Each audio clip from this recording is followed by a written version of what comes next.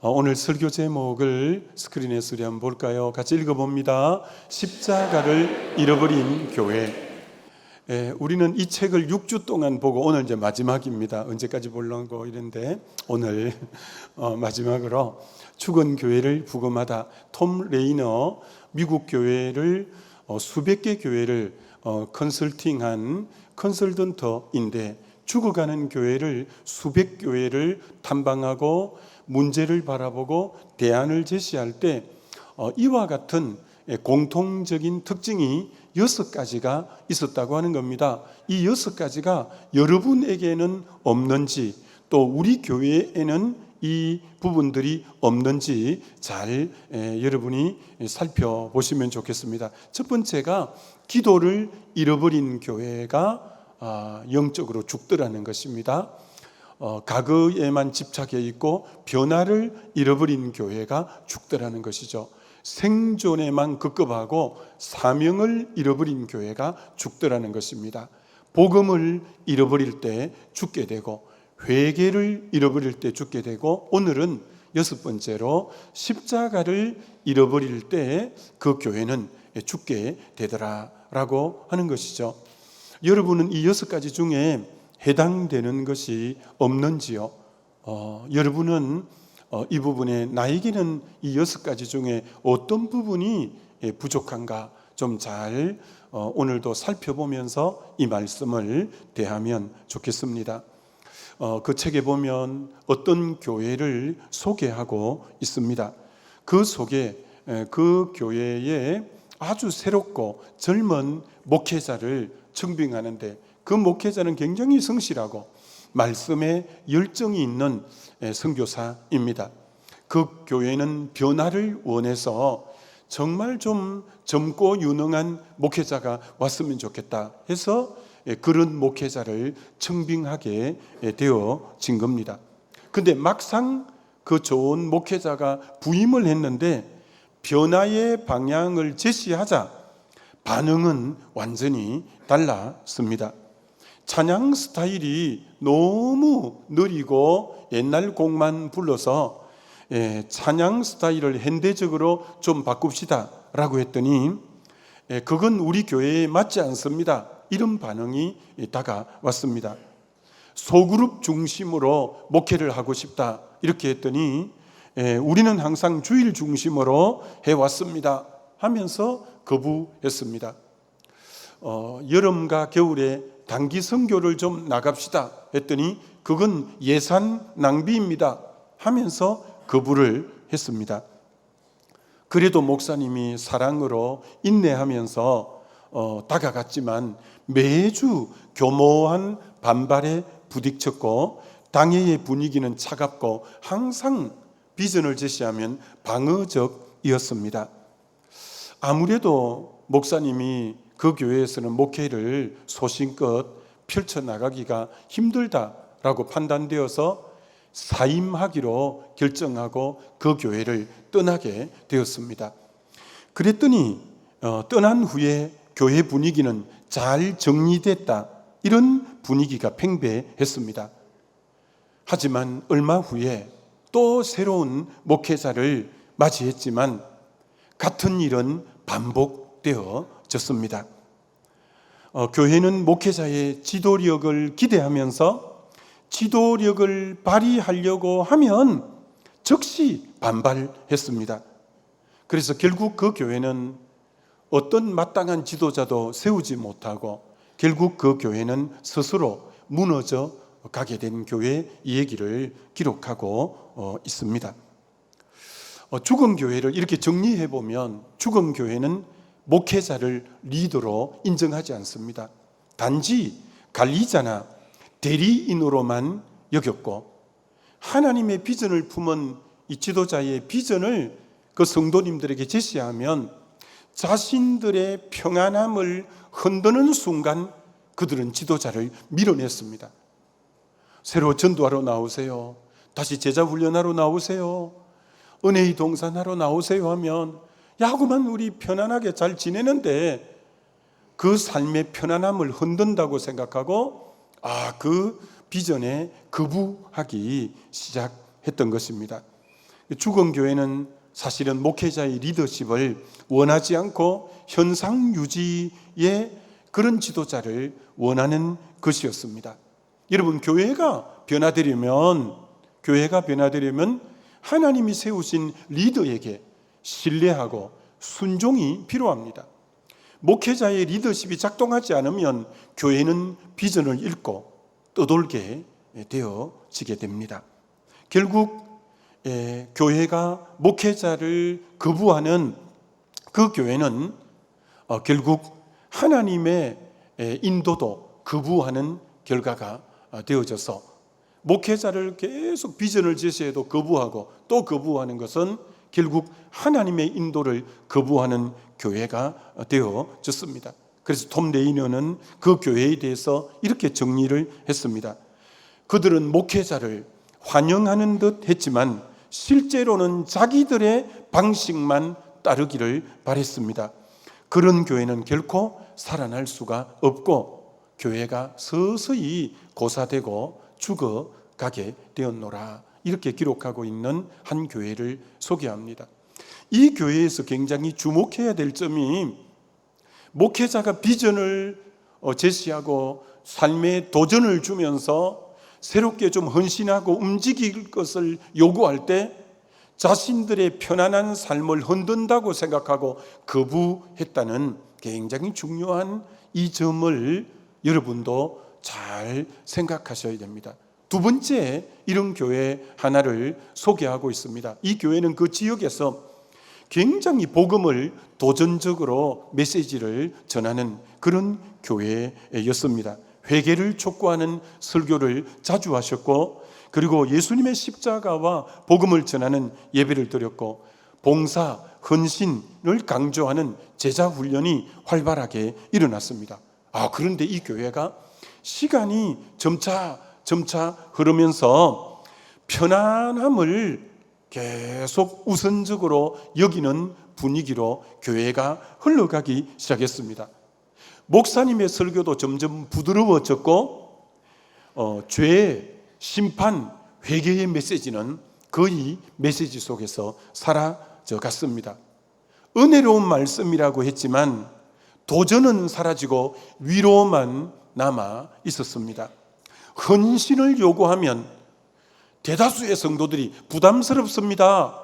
이런 반응을 보였다는 것입니다. 그 교회는 우리는 따뜻한 공동체입니다. 이렇게 자랑했지만 사실상은 예수님의 십자가를 부끄러워하는 교회였습니다. 어느 날 젊은 집사가 이렇게 말을 했습니다. 예배는 평안해요. 근데 이상하게 제 영혼은 무디어져만 옵니다. 가슴이 뜨거워지는 회개, 헌신 이런 게 없어요. 그냥 분위기만 좋은 교회예요. 이렇게 젊은 집사가 반응하게 된 것입니다. 그 교회는 부드러움을 선택하고 생명력은 잃어가게 된 것입니다. 결국 예배는 모임이 되고 사명은 동아리 모임처럼 되어졌습니다. 그 다음 볼까요? 죽은 교회는 불편한 것을 회피하고 싫어한다는 겁니다. 조금이라도 자기 삶에 불편을 강요하거나 하면 아주 회피하고 싫어한다는 거예요. 그들은 십자가의 도전보다는 의자의 푹신함을 선택하였다라는 것입니다. 자, 그런데 그 다음 말씀 여러분, 예수님의 복음은 우리를 불편하게 합니다. 죄를 깨닫게 하고 자기를 부인하게 하고 십자가를 지게 합니다. 이게 바로 주님의 복음이라는 거예요. 복음은 우리의 삶을 편안하게 두는 게 아니라 불편하게 하고 죄를 자각시키고 자기를 부인하게 만들고 자기를 처소복종하게 만들고 대가 지불하게 만들고 십자가 지게 만들고, 그래서 복음은 실제로는 우리를 불편하게 하는 게 진짜 복음이라고 하는 것입니다. 그런데 그 교회 성도들은 그런 불편함을 거부하고 회피하고 배척하는 교회가 되어졌다는 것입니다. 그러다 보니까 교회가 점점 부담스러움을 느끼지 않게 하자, 그렇게 계속 부담스러움을 느끼지 않게 하고 성도들을 편안하게 하기 위하니까 복음이 어느새 점점 힘을 잃고 복음이 희석되어져 버리게 되어졌다라는 것입니다. 자, 그러면서 톰 레이너는 그 교회에 대해서 이렇게 정의했습니다. 복음은 절대 변하지 않습니다. 복음은 우리의 자아를 무너뜨립니다. 그 자리에서 이 자아가 무너진 그 자리에 예수님을 세우는 것이 진정한 부흥입니다. 여러분 꼭 명심하십시오. 복음은 절대로 우리를 변하게 하지 않습니다. 우리 자아를 깨뜨리라고 하고 무너뜨리라고 하고 그 자리에 예수님을 세우는 것이 진정한 부흥이라는 것, 이거 여러분이 놓치면 안 됩니다. 죽은 교회는 사람들의 평안함만을 계속 우선시하고 중시함으로 인하여 복음을 내려놓아 버리는 그런 교회가 결국 죽더라라고 말하고 있는 것입니다. 여기까지가 그 책의 이제 마지막 부분입니다. 그래서 오늘 우리는 이 복음이 주는 도전보다도 편안함을 추구하는 그런 신앙은 아닌가 다시 한번 돌아보자는 겁니다. 어떤 기관에서 계속 기도회를 매일 하니까 한두 명이 좀 피곤하다, 이젠 쉬자. 그럼 여러분 한두 사람이 이제 좀 쉬었으면 좋겠다, 편안한 것을 좋아한다, 이렇게 한다고 편안한 쪽으로 계속 귀를 기울이고 그쪽으로 가면 영적인 침체가 오게 되는 거 여러분 잊으면 안 돼요. 오늘 저녁에 드디어 은혜의 동산 13기가 21개 조로 출발하게 됩니다. 10개 조가 12명이니까 한 조가 12명이니까 10개 조면 120명, 20개 조면 240명, 21개 조니까 252명이 소그룹 멤버만 252명이 출발하고, 오늘 아마 또 들어오시는 분이 일부 있을 거예요. 그러면 최소한 260명 정도 소그룹이 이제 오늘 출발하게 될 거예요. 그러면 식사, 육아, 또 데코, 안내 이런 여러 가지 하면 근 300~400명이 움직이는 오늘 은혜의 동산 13기가 이제 출발하게 될 겁니다. 여러분 은혜의 동산 주일 저녁마다 11주를 나오라고 하고, 그리고 한 번에 3시간씩 이렇게 하니까 불편하다, 전에 교회에서도 힘들었는데 좀 쉬었으면 좋겠다, 그러면 안 돼요. 여러분이 편안하면 성장이 이루어지지 않아요. 여러분이 편안함만을 추구하면 여러분의 이런 변화, 이런 성령의 능력의 체험, 이런 것이 없어요. 절대 편안함만을 따라가려고 하는 신앙생활이 되면 안 돼요. 전도하러 나오세요, 구역 모임에 나오세요, 이제 9월부터 바이블 아카데미가 여러 팀이 시작됩니다, 그 중에 하나라도 여러분이 같이 하십시다, 이렇게 말할 때 여러분이 불편한 것이 있죠. 그러나 불편하지만 나를 성장시켜요. 불편하지만 나를 변화시켜요. 불편하지만 놀라운 하나님의 능력을 경험하는 그런 시간이 되기 때문에 여러분이 편안한 쪽으로 가려고만 하면 신앙은 성장도 진보도 변화도 일어나지 않는다는 것이에요. 나만 장군이 나병이 들어서 엘리사에게 고치러 왔는데 요단강에 가서 7번 씻으라고 하는 거예요. 자기는 국방부 장관처럼 계급장과 훈장을 주렁주렁 달고 있는데 요단강에 들어가면 그 옷을 벗어야 되는 거예요. 내 속살이 썩어 문드러지는 나병을 드러내야 되는 거예요. 그게 불편한 거예요. 그게 싫은 거예요. 그래서 그만 가자, 불편한 것을 거부하고 가자고 하는 거예요. 만약에 불편한 것을 받아들이지 않았다면 그의 나병은 고쳐지지 않았을 거예요. 그러나 나만은 결국 빛나는 계급장 옷을 다 벗고 훈장의 옷을 벗고 썩은 속살을 드러내며 불편하고 싫은 것을 하기로 선택하고 요단강에 7번 들어감으로 어린아이 3살처럼 치유를 경험하고 변화를 경험하고 능력을 경험하고 완전히 그 인생이 새롭게 되어진 것을 우리가 알지 않습니까? 왜 신앙생활이 편안한 것 중심으로 여러분이 흘려가려고 하는 것은 결코 바른 방향이 아니다라는 것이죠. 저분 예수 믿고 변화됐구나. 이런 변화됐다는 게 뭐냐면 자기가 주인 되어 살던 삶이 새로운 주인인 예수 그리스도가 주인으로 살아가는 삶, 그게 변화된 건데, 변화되고 난 뒤에도 내 안에 옛사람, 여러분 자아가 계속 여러분 속에 음성을 들려주는데 너 편한 대로 해, 너 하고 싶은 대로 해. 그 음성이 예수 믿은 뒤, 주인이 바뀐 뒤에도 내 옛사람, 내 자아가 여러분에게 어떤 소리를 속삭이냐면 너 원하는 대로 해, 너 편한 대로 해. 그런 음성이 내적으로 올라와요. 그럴 때마다 여러분의 옛사람을 십자가에 못 박고 주님이 원하는 대로 주님을 주인 삼고 따라갈 때, 야, 저분 변화됐구나, 야, 저분 달라졌구나 라고 말하는 것이라 이렇게 말할 수 있는 거죠.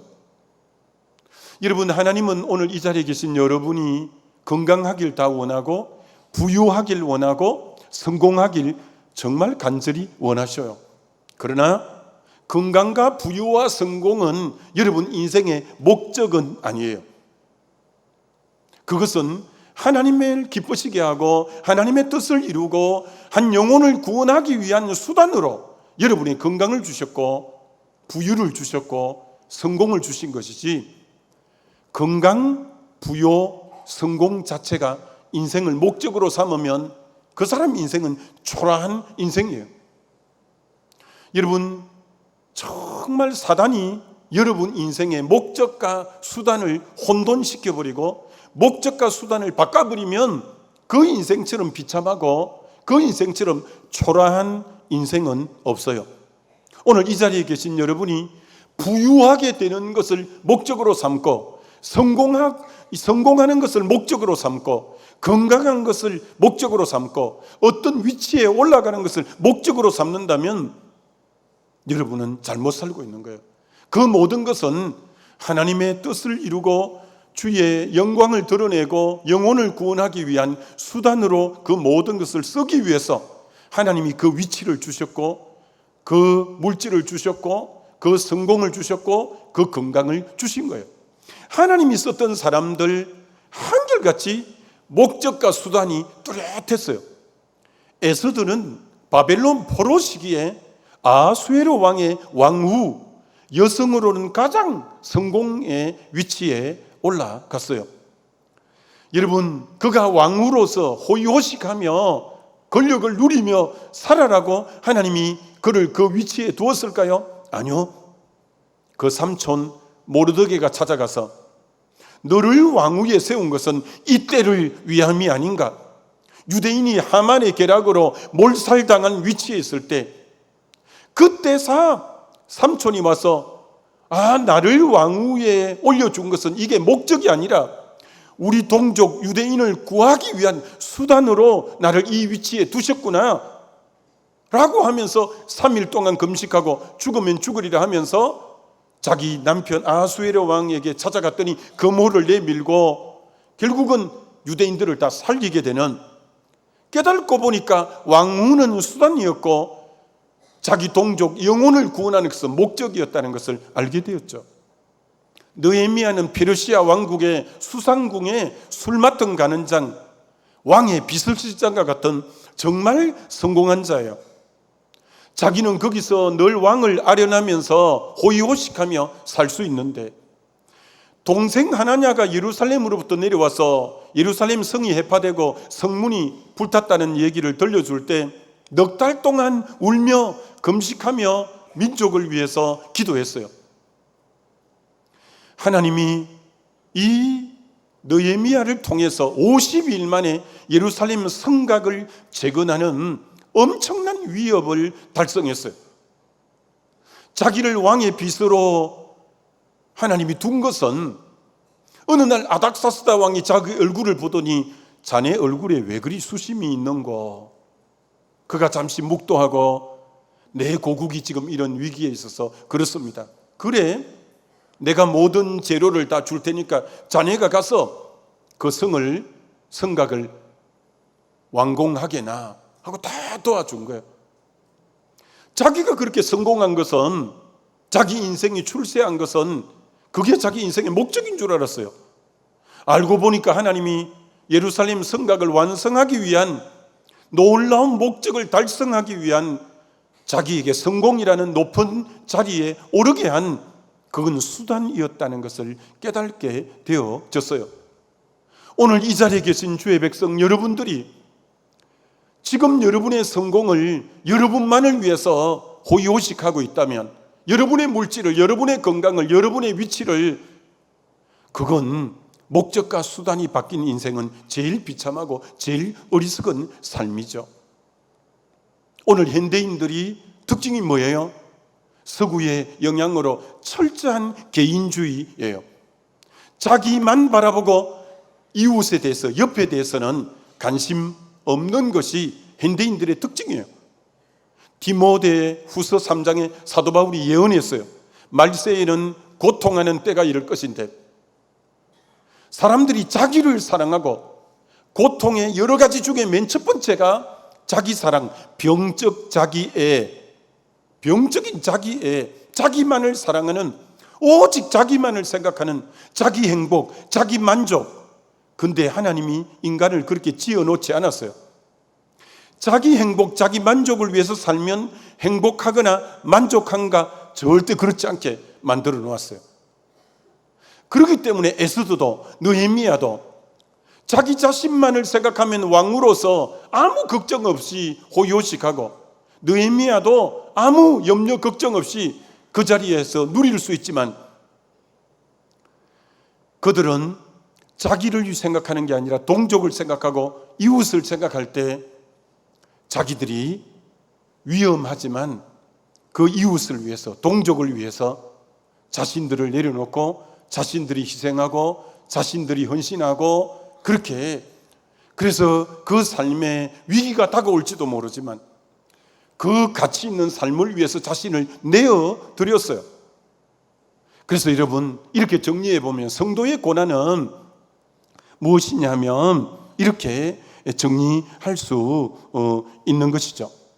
성도들은 그리스도 때문에 당하는 고난은 도리어 성도들의 영광이고, 그것은 주님 앞에 갔을 때 면류관이 되는 거예요. 자기만을 기쁘게 하고, 자기만을 만족시키고, 자기만을 기쁘게 하고, 자기 행복만을 추구하는 그 인생은 주님 앞에 갔을 때 아무 가치도 없겠지만, 내가 나를 위해서가 아니라 주를 위해서, 이웃을 위해서 그리스도 때문에 고난 당할 때 그게 영광이고, 그게 성도의 면류관이 된다는 거죠. 여러분이 하나님 앞에 섰을 때 예수님 때문에 작은 거 하나도 손해본 적이 없는, 그때 주님 앞에 섰을 때 뭐라고 말할 거며 무슨 면목으로 설 거냐는 거죠. 다시 이렇게 정리해 봅니다. 만약 주와 복음 때문에 당한 고난이 없다면 그건 여러분 인생의 청신호가 아니라 적신호이라는 거죠.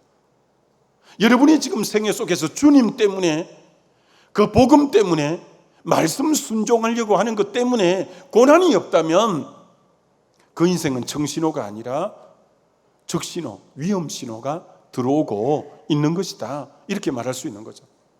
여러분, 편안한 삶, 편리한 삶과 평안의 삶은, 편안과 평안은 완전히 다른 말이에요.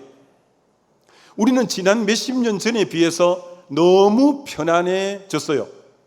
옛날에 여러분 다 걸어 다녔지, 어디 자가용이 옛날에 어디 있었습니까? 근데 요즘은 자가용이 한두 대씩 다 있고 얼마나 편리해졌어요. 요새는 지하철에다가 자가용에다가 시내버스에다가 비행기에다가 얼마나 편리해졌는지 모릅니다.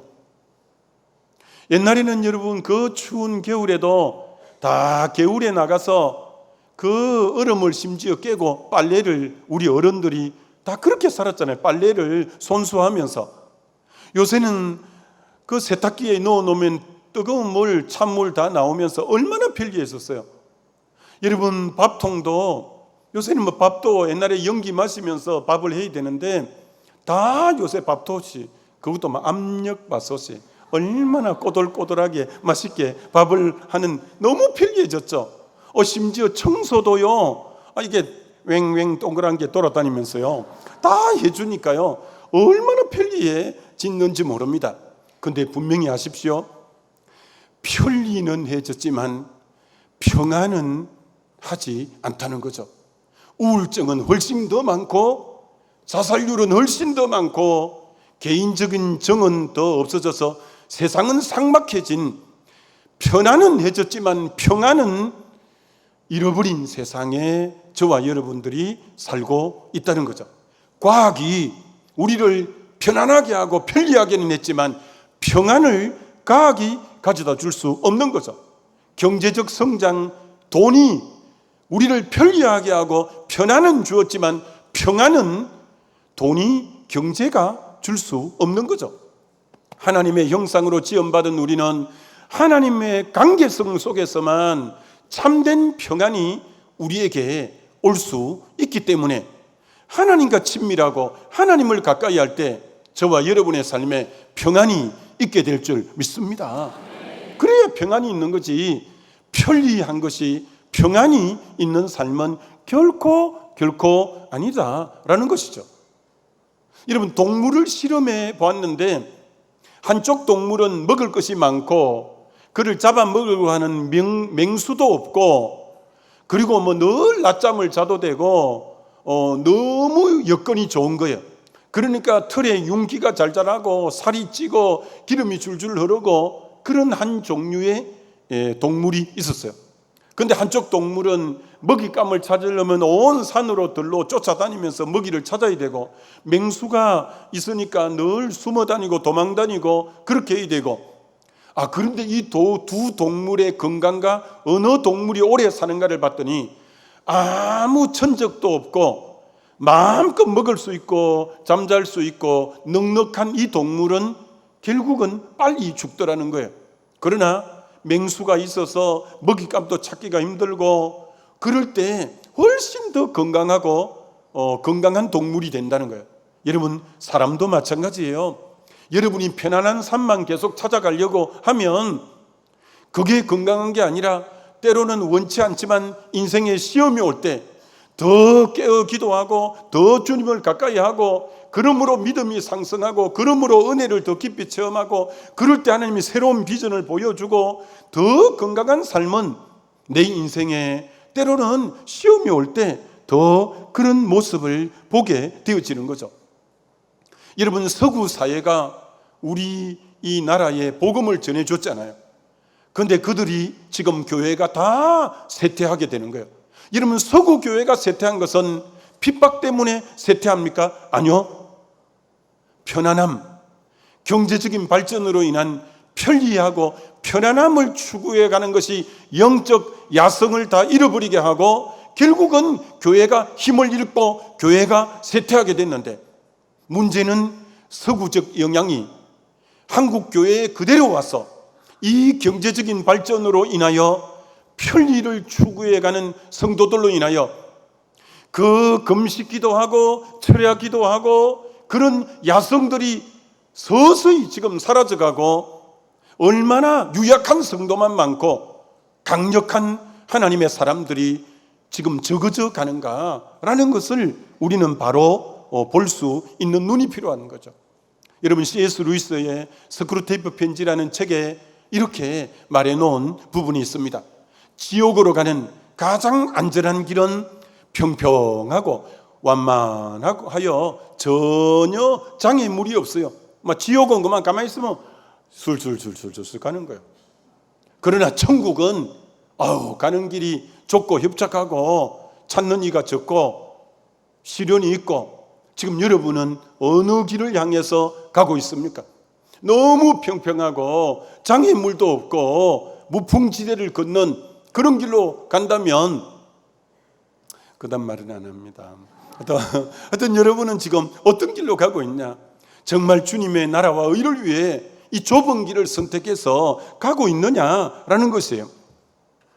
이번 주에도 이용규 선교사님, 몽골 선교사였다가 지금 인도네시아 선교사로 있는 그분의 책을 지난번에 보았던 거 한번 쭉 펼쳐보니까 이분의 책에 이렇게 써놨어요. 자기는 한국에서도 살아봤고, 그분이 하버드, 서울대를 나왔고 하버드대를 갔게, 미국에도 살아봤고 몽골에 대학을 세워서 하면서 몽골에도 살아보고 했는데, 사는 것은 익숙해지니까 거기서 거기더라 이렇게 써놨어요. 한국에 사나 미국에 사나 몽골에 사나 익숙해지니까 사는 것은 거기서 거긴데, 중요한 것은 하나님이 나를 지금 어디로 부르셨는가, 하나님의 부르심에 합당한 곳에 있는 것이 가장 중요한 것이다. 참 의미가 있죠. 하나님이 나를 어디로 부르셨냐, 부르신 곳에 있는 것이 가장 의미가 있다. 그 다음 뭐라고 써놨냐면, 그분의 아들이 있는데 아들에게 하는 말이 있습니다. 아들아, 아빠가 너에게 원하는 것이 있는데 그 원하는 게 뭔지 아니? 자, 여러분의 자녀에게 원하는 거하고 이용규 선교사님이 자녀에게 원하는 거하고 좀 엇비슷한지 자 생각해 보세요. 그 아들에게 아빠가 너에게 원하는 게 있다. 그런 게 아들이 뭔데요? 이러는 거야. 뭔데요? 그러게 저 얘기를 하는 거야. 나는 너가 예수님을 알기 때문에 넓은 길로 갈 수 있지만 좁은 길로 갈 줄 알고, 너가 예수님을 알기 때문에 때로는 양보하지 않아도 되지만 양보할 줄 알고, 너가 예수님을 무척이나 사랑하기 때문에 때로는 고난도 기쁨으로 받을 수 있는 그런 사람이 되면 아빠는 죽어도 여한이 없겠다. 여러분도 아멘 하게 되시기를 주의 이름으로 축원합니다. 아멘 했습니다. 그죠? 우리 자녀가 정말 넓은 길보다 좁은 길로 가는 자녀, 예수님 때문에 양보하지 않아도 되지만 예수님 때문에 내가 양보의 자리에 서고, 예수님 때문에 고난도 기쁨으로 달게 받아들이는 그런 아들이 되어 있다면 나는 지금 죽어도 여한이 없다. 여러분도 이게 기도 제목이 되어졌으면 좋겠다는 거예요. 제가 이번 주 이런 말씀들을 묵상하면서 계시록을 읽었는데 계시록 7장 17절이 너무 다가왔어요. 이는 보좌 가운데 계신 어린 양이 그들의 목자가 되사 생명수 샘으로 인도하시고, 하나님께서 그들의 눈에서 모든 눈물을 씻어주실 것이다. 천국 가면 두 가지를 해주시는데 눈물을 닦아주시겠대요. 두 번째는 생명수 샘으로 인도하시겠대요. 그런데 이 말씀을 묵상해서 이걸 읽어서 그런지 이렇게 깨달아지는 거예요. 눈물을 이 땅에서 많이 흘려야 닦아줄 눈물이 있지 않겠나, 딱 이렇게 깨달아지는 거예요. 그런데 이 땅에서 그렇게 편안한 것만 추구해 가다가 한 번도 도전하지 않고 십자가 지는 길로 가지도 않고 편안함만 추구해 간 삶, 고생이라는 것은 늘 손사래를 치면서 고생하지 않는 삶, 좋은 길, 꽃길만 걸은 사람에게 천국 가면 주님이 수건 갖고 나와서 닦아주려고 딱 나왔는데 눈물이 없는 거야. 그럼 참 피차가 미안스러울 것 같아. 여러분이 주님 때문에 정말 아파하고 주님 때문에 눈물을 흘리고 주님 때문에 시련을 겪으면서 그 모습이 있을 때 너 나 때문에 참 많이 울었구나.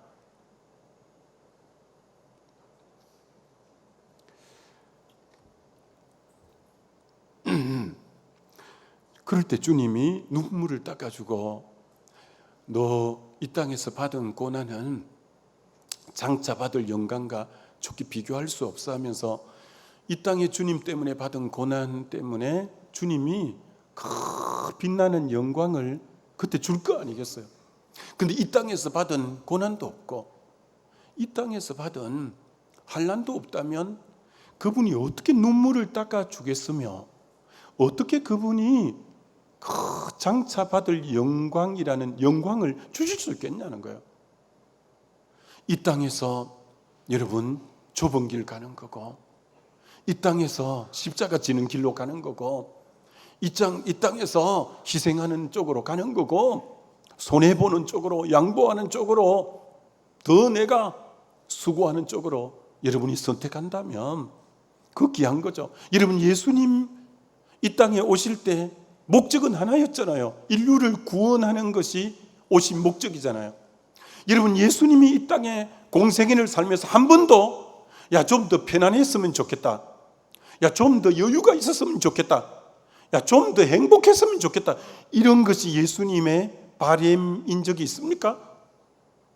자기가 버림받아 당하더라도, 자기가 골고다 언덕에 그 고난의 십자가를 지더라도 내가 이 영혼만 구원할 수 있다면, 이라는 그 목적 속에서 끊임없이 갔던 분이 주님이잖아요. 주님이잖아요.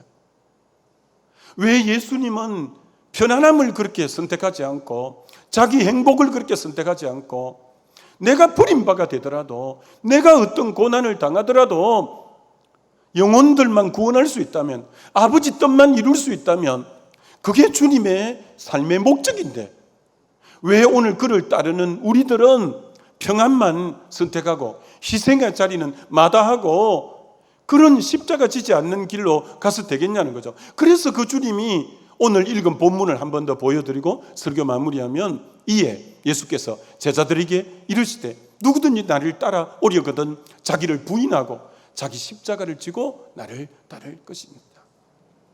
정말 너 나 따라온다면 자기를 부인해야 돼. 그리고 십자가 지고 와야 돼 라고 주님이 말씀하는 거죠. 저걸 이렇게 정리해 볼까요? 주님을 따른다는 것은 영광의 길이 아니라 고난 길이라는 거예요. 왜 우리는 이 땅에서 영광의 길을 그렇게 바랄까요? 이 땅에서 주님, 고난 길로 가겠습니다, 이게 성도의 기본, 좀 불편한 길을 선택하겠습니다, 이런 자세, 이게 주님의 좁은 길을 가는 성도의 모습이라는 거 알고, 제발 여러분이 좀 더 평안한 길로 가려고 하지 말고, 내가 더 헌신하고 십자가 지고 더 나의 대가 지불을 하고 희생하는 그런 자리로 갈 때, 주님이 그날 갔을 때 눈물 닦아주시고 영광의 면류관의 주인공들 다 되어지시기를 주님의 이름으로 축원합니다.